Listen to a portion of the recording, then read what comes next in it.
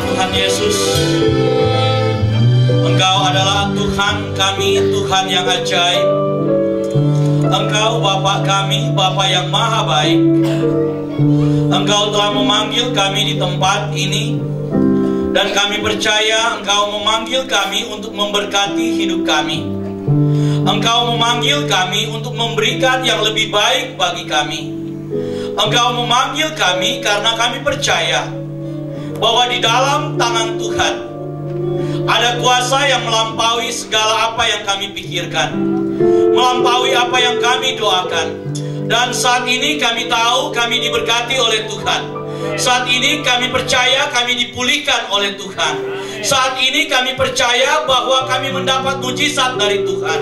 Di dalam nama Tuhan Yesus, kami yang datang dengan beban berat mendapatkan kelegaan, kelepasan dari Tuhan.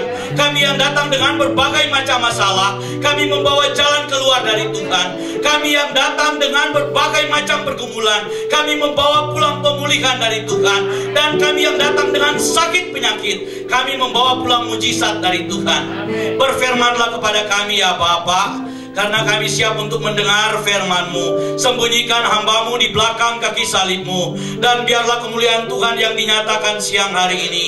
Terpuji-pujilah Engkau ya Kristus. Kami siap sambut firman-Mu. Kita yang diberkati oleh Tuhan dan dilawat oleh Tuhan, berkata bersama saya, amin. Silakan duduk. Shalom.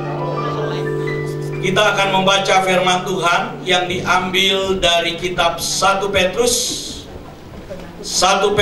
pasal yang pertama, ayat yang ketiga sampai dengan ayatnya yang ke-9. 1 Petrus pasalnya yang pertama, mulai ayat yang ketiga sampai dengan ayatnya yang ke-9. Kita akan baca saling bersahut-sahutan. Saya akan mulai baca ayat yang ketiga, saudara menyambut dengan ayat yang keempat, demikian seterusnya sampai ayat ke-9.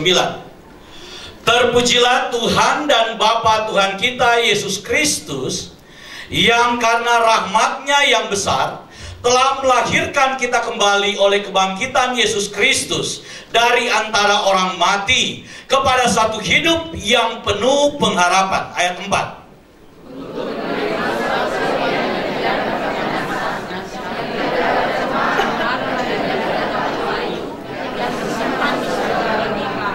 Yaitu kamu yang dipelihara dalam kekuatan Tuhan karena imanmu, sementara kamu menantikan keselamatan yang telah tersedia untuk dinyatakan pada akhir zaman. Ayat 6.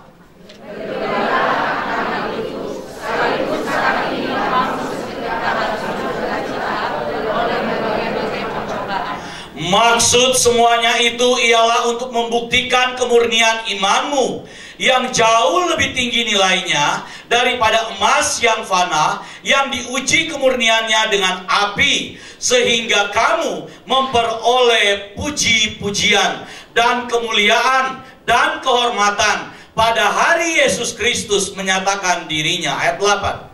Sekalipun kamu belum pernah melihat Dia, namun kamu mengasihinya, kamu percaya kepada Dia, sekalipun bangsa kamu tidak melihatnya, kamu bergembira karena sukacita yang mulia dan yang tidak terkatakan. Karena kamu telah mencapai tujuan imanmu, yaitu keselamatan jiwamu. Saudara, kita masih dalam suasana kebangkitan Kristus. Kenapa? Karena ketika Kristus bangkit, Kristus harus tetap tinggal di dunia ini selama 40 hari sebelum Dia terangkat ke sorga. Pada beberapa minggu yang lalu, saya sudah menjelaskan kenapa Yesus harus tinggal selama 40 hari. Dan saya tidak akan jelaskan itu lagi.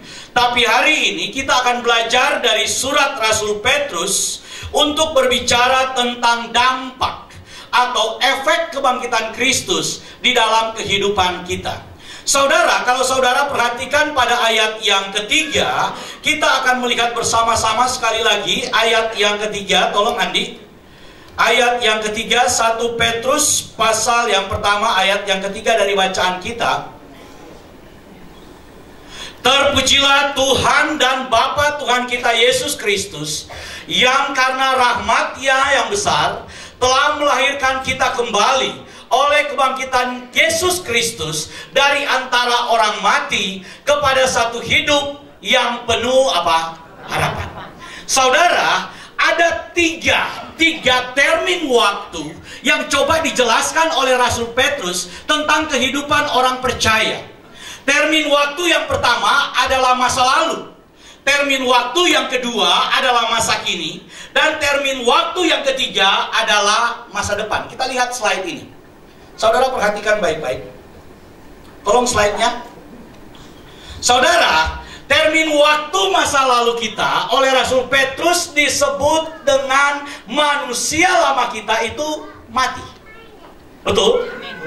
Karena ayat yang ketiga dikatakan bahwa kamu menjadi bagian dari orang-orang yang mati. Di dalam kitab suci, di dalam firman Tuhan, ada dua kata Yunani, khususnya Perjanjian Baru, dua kata Yunani yang dipakai untuk kata mati. Yang pertama, saudara, kata mati yang digunakan adalah nekros. Nekros itu artinya mati, tetapi bukan berakhirnya tubuh. Kenapa? Karena nekros itu dikenakan bagi orang yang masih hidup, tapi ingin merujuk kepada eksistensi orang itu, keberadaan orang itu, kondisi orang itu yang mati. Ulang. Nekros itu artinya mati. Tapi mati itu bukan berakhir dari satu kehidupan atau berakhirnya tubuh ini. Tapi yang dimaksud dengan mati oleh Rasul Petrus dalam ayat yang ketiga tadi, mati yang dimaksud adalah di mana fungsi-fungsi hidup orang yang hidup itu sudah mati.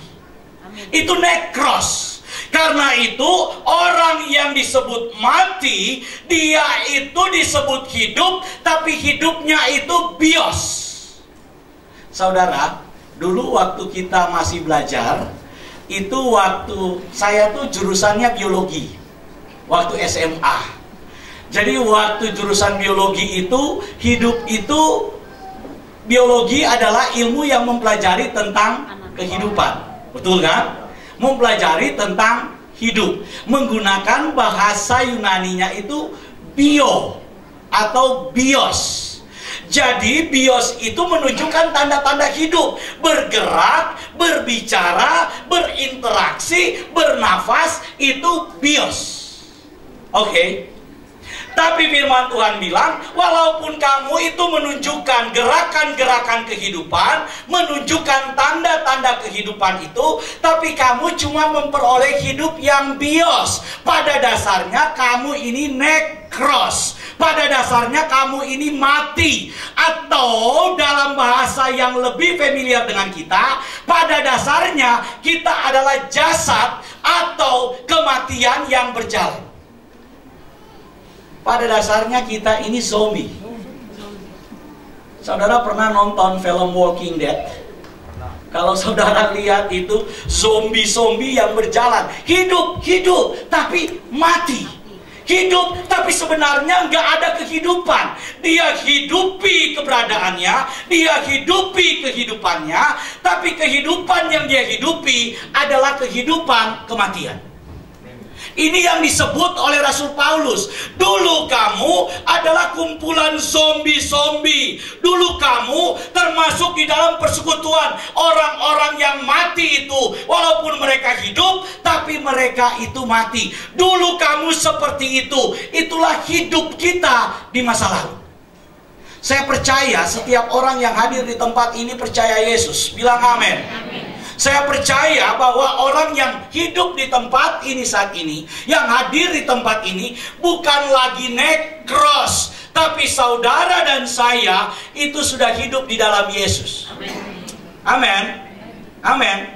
Kata mati yang kedua itu digunakan oleh Rasul Paulus di dalam Filipi pasal 1 ayat 21. Tolong kita baca.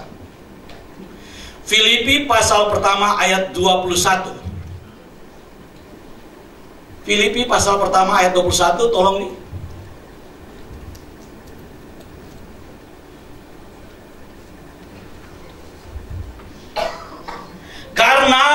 Bagiku hidup adalah Kristus dan mati adalah apa? Keuntungan. Kata mati di sini menggunakan bahasa Yunani apotnesko. Apotnesko itu artinya berakhirnya tubuh ini, tapi bukan berakhir kehidupan. Amin. Karena orang yang hidup di dalam Yesus, dia akan berakhir tubuhnya, tapi hidupnya itu akan terus dijamin oleh Tuhan. Amin. Karena itu Yesus bilang, kamu hidup walaupun mati. Kamu hidup walaupun sudah apa? Mati. Artinya Yesus ingin berkata, tubuhmu ini boleh mengalami apa yang disebut dengan apotnesko itu, kematian itu, atau berakhirnya tubuh fisikmu, tetapi kehidupanmu di dalam Yesus tetap dijamin. Amin. Amin. Oleh karena itu, kalau kita melihat ke masa lalu kita akan melihat bagaimana kehidupan kita. Kita memang manusia yang hidup, tetapi firman Tuhan mendefinisikan kita nggak jauh beda dengan jasad. Saudara tahu kalau jasad itu nggak ada gunanya. Jasad itu nggak ada fungsinya. Jasad itu bau. Bangke itu apa? Bau. Kehidupan yang penuh dengan bau yang busuk.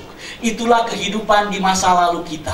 Hidup kita berjalan di dalam kecemaran, hidup kita berjalan di dalam kenajisan, hidup kita berjalan di dalam ketidakbenaran, hidup kita berjalan di dalam tidak kudusnya, hidup kita berjalan di dalam setiap kenajisan yang bisa dikenakan buat kita. Tetapi ketika kita hidup di dalam Tuhan, maka kehidupan kita itu diangkat oleh Tuhan, sehingga kita bukan cuma memiliki hidup yang disebut dengan bios, tetapi Tuhan memberikan hidup yang baru buat kita, yang dalam bahasa Yunani disebut zoe. Bilang zoe. Zoe itu artinya kehidupan yang sejati, kehidupan yang kekal, kehidupan yang diberi oleh Tuhan, kehidupan yang bersumber kepada Tuhan. Itulah zoe. Amin. Karena itu kita akan lihat bagaimana kehidupan kita pada masa kini. Coba kita lihat sama-sama saudara. Di dalam 1 Petrus bacaan kita tadi. 1 Petrus pasal yang pertama, ayat yang ketiga dan keempat, kita lihat sama-sama. 1 Petrus pasal yang ketiga, pasal yang pertama, ayat yang ketiga dan keempat. Terpujilah Elohim dan Bapa Tuhan kita Yesus Kristus, yang karena rahmat-Nya yang besar telah melahirkan kita kembali oleh kebangkitan Yesus Kristus dari antara orang mati kepada satu hidup yang penuh pengharapan, untuk menerima satu bagian yang tidak dapat binasa, yang tidak dapat cemar, dan yang tidak dapat layu, yang tersimpan di sorga. Apa? Bagi saya. Yang tersimpan di sorga bagi siapa? Saya. Bilang, bagi siapa? Saya. Amin. Saudara, ada sebuah perubahan yang Tuhan akan berikan bagi kita, itu tersimpan di sorga. Itu kehidupan nanti, di mana saudara tidak akan cemar, tidak akan layu, tidak akan sedih, tidak akan menangis, tidak akan mengalami pergumulan, tidak akan mengalami hal-hal yang tidak baik yang Tuhan sediakan buat kita. Amin. Amin. Saudara, banyak di antara kita hari ini sedang bersedih, termasuk saya, saudara, ketika melihat kemudian Pak Ahok masuk penjara dan Pak Jokowi cuma diam. Ketika kita melihat apa yang terjadi di dalam negara kita, kita menjadi sedih, betul? Tapi ada orang yang bilang, Pak, saya senang sekali, Pak. Kenapa? Pak Ahok bisa masuk. Memang gue udah kesel banget sama tuh orang. Walaupun sama-sama Tionghoa, Pak, tapi gua rugi terus waktu dia jadi gubernur. Jadi baguslah dia masuk. Saudara, ada kalanya kita itu melihat dan mensyukuri ketidakbaikan orang. Tapi ketika kita lihat monster baru datang, maka baru kita akan sadar bahwa ternyata dia lebih baik dari yang itu. Betul? Kenapa diam semuanya? Enggak. Enggak. mau bilang kepada saudara, kita bisa sedih, betul. Siapa yang nggak sedih? Siapa yang... Kemarin teman saya bilang begini, Mon, jangan pulang Manado dulu. Kenapa? Karena ada apa keluar karena dari bandara. Kenapa tuh bandara dorong Cianjur? Kita bilang, ada cari siapa? Ada cari babi utang. Siapa cari babi utang? Soalnya itu ada datang, kata itu Eva datang, lari lewat kusu-kusu di belakang rumah. Tahu kusu-kusu? Maksudnya lewat semak-semak. Jadi lewat belakang. Kalau kita bilang, siapa namanya dibilang cari babi utang? No, yang lewat katanya rumput-rumput di belakang rumah itu cuma babi hutan katanya. Saya bilang, ya ampun. Jadi jangan pulang, semua jalan sudah ditutup. Lantaran apa? Ada Fahri Hamzah yang datang. Waduh, Fahri Hamzah datang aja disambut kayak gitu. Gimana Osama bin Laden kalau datang di Manado? Saudara, luar biasa. Kenapa? Karena kesedihannya terakumulasi. Kesedihannya itu sudah menumpuk. Kekecewaannya sudah menumpuk. Itu kita alami di masa kini ketika kita hidup. Namanya manusia, walaupun saudara pendeta, saudara hamba Tuhan, ada waktunya, ada kalanya kita kecewa, ada kalanya kita marah, ada kalanya kita mengalami pergumulan. Tapi firman Tuhan berkata kepada kita, walaupun pergumulan yang kita hadapi itu besar, tapi kita harus